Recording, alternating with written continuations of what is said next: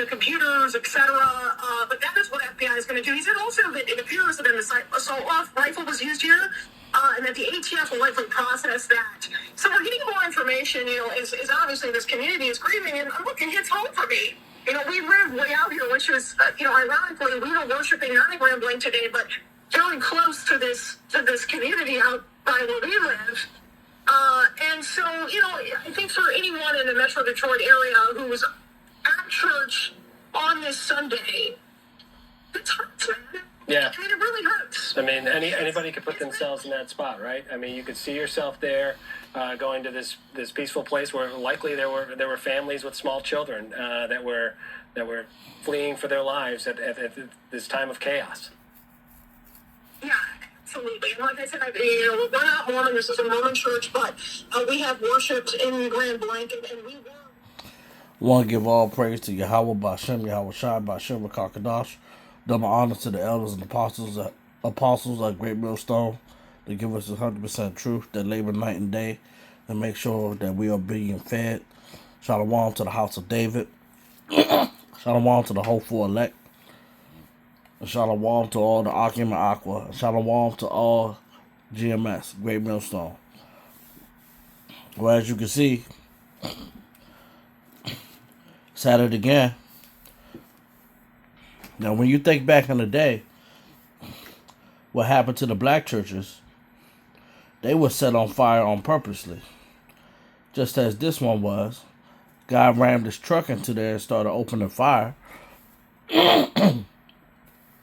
But we had nothing to do with this. This is them truly reaping what they sow, as the scriptures bring out. And as you heard the lady saying, they was going to church on a Sunday. Well, it's actually supposed to be on the Sabbath. But you see how some people view church. And as you see the churches burning, as some people will say, this is a very sad day. This is a very sad day. Well, I'm going to say this is a day of judgment. Because it's coming from the Holy Scriptures. I'm going to read to you Mark chapter 3, verse 24. And if a kingdom be divided against itself, that kingdom cannot stand. And if a house be divided against itself, that house cannot stand. Alright? See, back in the day, they would set our churches on fire. But now, it's their own people who are setting these churches on fire, who are shooting at these schools, who are doing all these things to themselves. And that's letting you know a house divided against itself. Because, see, back in the 1950s, 1960s, they were going to these black schools, terrorizing, causing all this type of mischief, harming black people. They say black on black crime. Well, no one wants to say what type of crime this is. But we already know what type of crime it is. But they're committing it on themselves and they're reaping what they sow. Because this is what they put out there. And this is judgment. This is 100% judgment for all the wickedness that they have done to the chosen people. They have been constantly doing things, and now the chickens have come home to roost, and they're suffering greatly of it. This is Zephaniah 3:5. The just Lord, Yahweh Bashem, Yahweh Shai, is in the midst. Therefore, he will not do iniquity. Every morning doeth he, see that? It says he, bring his judgment to the light. He faileth not, but the unjust knoweth no shame. See, they knew of no shame. They knew of no shame.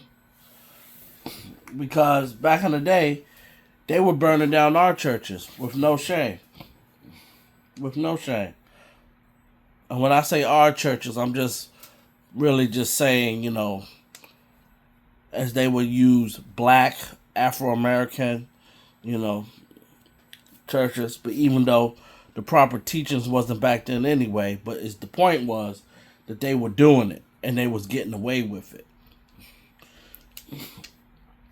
Now they're reaping what they're sowing, because they been out there causing all this craziness. Excuse me if my voice sounds a little raspy and stuff, man. I've been going through a real cold. It has been kicking my butt. So another thing, try to do your best to take care of your health. So yeah, that's what these people are suffering right now. It's so many things going on in these last days, these last few hours, that is absolutely, crazy. But these things most definitely has to happen. It has to happen. Because see, these Gentiles, they don't know what's going on. They don't. But we know exactly what's going on. Because these Edomites think their kingdom's going to keep going on forever and ever. They're out there walking, see the police people and all that stuff. But this is what is being paid back to them. This is what's being paid back for all the times that they did stuff to our people. Because they destroyed Jerusalem many a time. And what I mean by that, they destroyed the chosen people. But now, they're going to see how it feels to have that destroyed come upon them. Else, I can't quite make out, and I don't want to speculate what's in the bed of that truck. But here, it's intact. So the truck itself did not explode, and you have to assume that this is sometime afterwards, since we see a firefighter in the foreground moving in with hoses, so a fire has already been started. It's not clear if this person at this point has any affiliation to the church. That was asked at the 1 o'clock news conference, but they couldn't give a definitive answer, so hopefully maybe we'll get some more information on that. But that checks out with what the witnesses were saying in terms of the truck that he described, the shooter getting out of wearing camouflage clothing with an assault rifle and then pointing it at him. Thankfully, he was able to escape along with his family. Is there any other pictures, Jay? We got a couple more to show you. Okay. So, this is the scene. Obviously, we saw our cameras were close at this point before they were pushed back at some point, where we see a stretcher in the foreground, or in the background, rather, and then the hundreds of parishioners that were, some of which were inside the church, were able to get out to safety, just trying to comprehend what was going on there as first responders arrived on scene. And then, obviously, a community coming to grips with the reality of what transpired right before their eyes. And this was early on, obviously, when very little was known, and we saw the scene, the police push back people, including us, further and further away as the fire grew more and more out of control. And they didn't know, frankly, at that point what they were dealing with. Again, enough can't be said about the quick response first responders had, getting to the scene, figuring out who was responsible, and making sure that this ended right here and now. And we know that it was a DNR officer and a township police officer. And again, this was sometime after the fire was out. And you've probably, if you've been with us at all, you saw some of the images from the drone that showed that smoke billowing. And here's the aftermath now, where the fire is out in just a shell of a church. And it is a large church. Now, we're not going to be able to fly over that for some time. So what we have... That's judgment right there. In terms of the fire video, they've closed off. That's judgment right there. I think I brought out Zephaniah 3:5. But judgment came upon this day. Now imagine, everybody woke up early in the morning to put on their Sunday best. And they wasn't expecting something like this. They wasn't. But the Father seen it happen. The Father that's up in heaven. And his angels, they all seen it happening. And what did they do? They allowed it to happen. They allowed this judgment to take place. And see, you ain't going to hear no newscaster or anybody at that church even mention that. And if you mention that to them, they're going to get very, very upset with you and say, how dare you talk like that? But that's what's in the scriptures. You know, it went from one to two. 2 dead, others injured after shooting. You know? That's to show you the judgment got taken out today. Oh yeah, you need to hear a little bit of what this man is saying.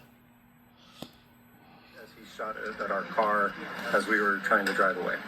And that's your car, the purple one? Yeah, I think the maroon Flex. Yeah. I got a picture of it, or a little video of it. Yeah. Tell me what was going through your head as that kind of was transpiring. Honestly, get my wife away and find my son.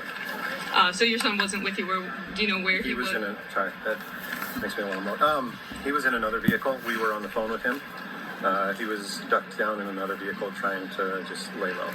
And you ended up getting in contact with him, and he was okay? we were actually on the phone with him when the shooter came out the door, and then that's when I just put pedal to the metal to try to get out, and that's when he started shooting at our vehicle, and that's what we saw there. And tell me what led up, like what did you see leading up to your windshield kind of exploding, or the bullet coming through? Church had started at 10 o'clock. We had our opening congregational hymn. We were getting ready to take the sacrament, and we heard just a loud bang. And then we saw that the front wall, so the front part of the chapel, the wall was cracked. And so we at first figured somebody accidentally had done something. So we started rushing out to go help. And then as soon as I saw the American flags on the truck, and that it was on purpose, and somebody yelled that it was on purpose, I started trying to get people out of the area. And keep in mind, this is live. And I guess how soon, from you getting injured, did you realize that you were getting shot at? Like, did all that happen first, and then you got shot? No. So yeah, all of that happened first, okay. And then I was kind of trying to gather people, trying to find my wife. I ended up finding my wife, and then we went to our vehicle. We called our son, found out he was in another car. I was trying to go to get to that car so that I could get him in the vehicle. There were some elderly ladies and some sisters in our ward that are in our congregation that we got brought into our vehicle so that because they can't run very fast, and so we wanted to make sure that they were safe.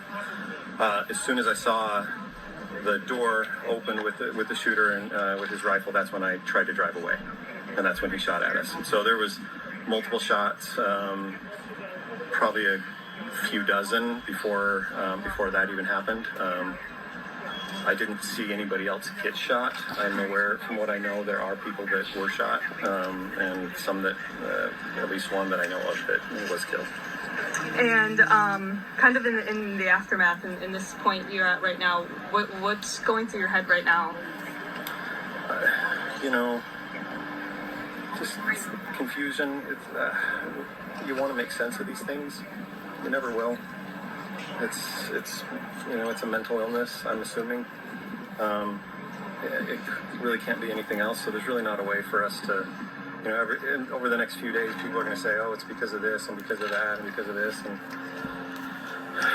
the reality is, it's just, I'm sure it was just some individual who was sick in the head.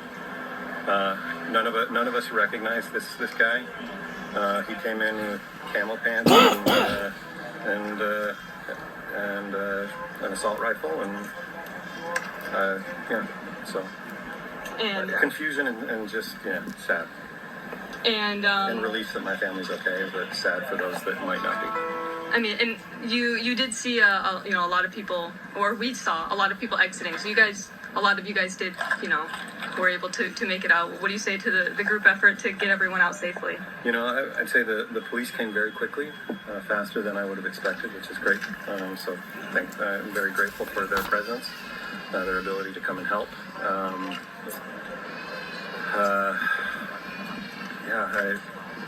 I think, I'm sure in the future we're going to start figuring out protocol in churches what to do with this kind of thing.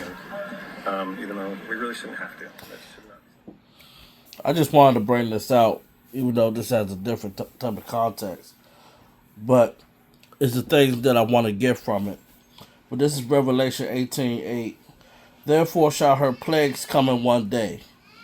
All right? This thing that happened was like a plague. It came in one day. Death and mourning and famine. And she shall be utterly burnt with fire. For strong is the Lord Yahweh Bashem Yahweh Shai, who judgeth her.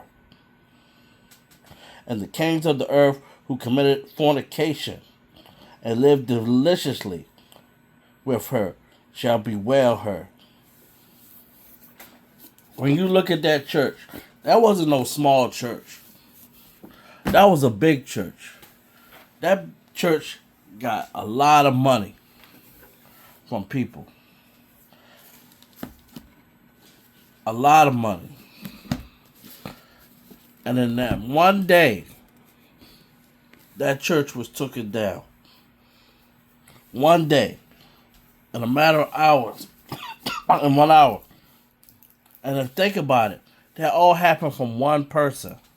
One person rammed a truck into that side of that church, started opening fire, and that church is on fire. That was done from one individual. Imagine when it's a fleet full of angels out there causing destruction upon this earth for all the wickedness that they have done to the saints. Imagine that day. It's going to be something to remember, something to be talked about, as the scriptures brings out. They will no longer talk about the previous Egypt, but they will talk about what happened to the new Egypt. That will be something to be talked about. Well, I'm going to go ahead and end this. Shalom.